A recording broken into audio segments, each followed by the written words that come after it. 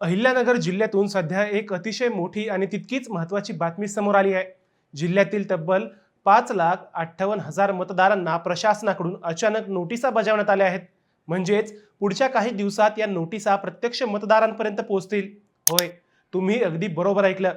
5.5 लाखांपेक्षा जास्त मतदारांना नोटीस।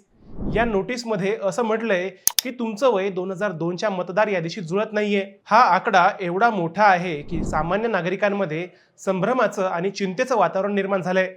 अनेकांच्या मनात प्रश्न आहे की माझं नाव मतदार यादीतून बाद होणार का?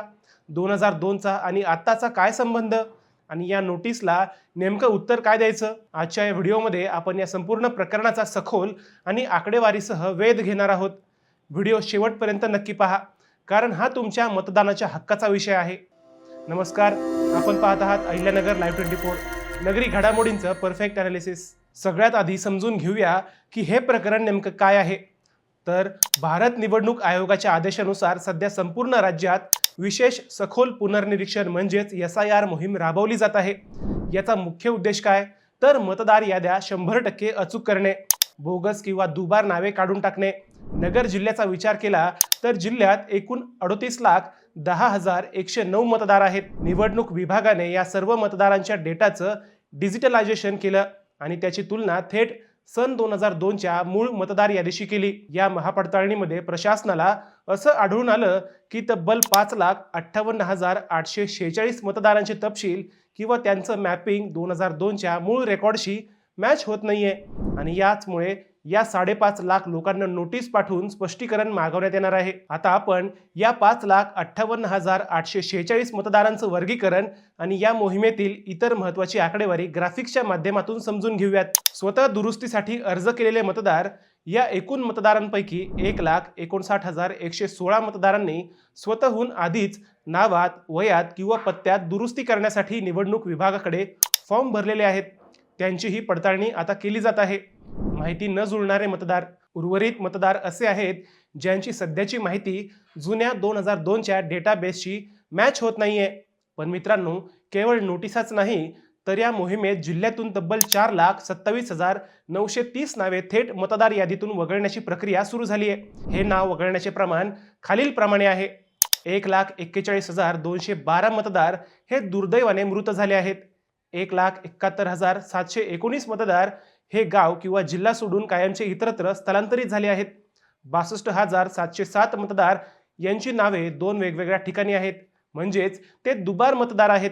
50,167 मतदार पडताळणी दरम्यान प्रशासकीय टीमला प्रत्यक्ष जागेवर आढळून आले नाहीत, म्हणजेच हे बोगस मतदार आहेत। आता जिल्ह्यातील तब्बल 50,000पेक्षा जास्त मतदार बोगस आहेत। ही आणखी एक डोकेदुखी आहे। आता सगळ्यात महत्त्वाचा प्रश्न, जर तुम्हाला किंवा तुमच्या ओळखीतल्या कोणाला ही नोटीस आली तर घाबरून न जाता काय करायचं?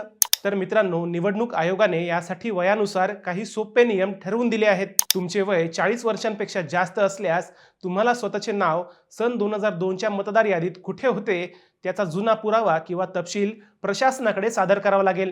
तुमचे वय 40 वर्षांपेक्षा कमी असल्यास 2002 मध्ये कदाचित तुमचं वय मतदानाचं नसेल किंवा तुमचा जन्मही नसेल। अशा वेळी तुम्हाला तुमच्या आईवडील, आजी आजोबा किंवा कुटुंबातील मोठ्या व्यक्तींचे नाव 2002च्या मतदार यादीत कुठे होते त्याचा पुरावा आणि वंशावळीचा दाखला जोडावा लागेल। एक गोष्ट लक्षात ठेवा, ही नोटीस तुमचं नाव थेट कापण्यासाठी आलेली नाही, तर तुमच्या नावाचा कायदेशीर पुरावा मागण्यासाठी आली आहे। जर तुम्ही योग्य पुरावे दिले तर तुमचं नाव यादीत सुरक्षित राहील। प्रशासनाने या 5.5 लाख लोकांच्या कागदपत्रांची तपासणी आणि सुनावणी घेण्यासाठी साधीसुधी तयारी केलेली नाही, तर यासाठी थेट विविध सरकारी विभागातील 436 राजपत्रित अधिकाऱ्यांची विशेष नियुक्ती करण्यात आली आहे। तर मित्रांनो, अहिल्यानगर जिल्ह्यातील मतदार यादी शुद्धीकरणाचे हे संपूर्ण प्रकरण आहे। लोकशाही बळकट करण्यासाठी आणि मतदान प्रक्रियेत पारदर्शकता आणण्यासाठी निवडणूक आयोगाचे हे पाऊल अत्यंत महत्त्वाचे आहे।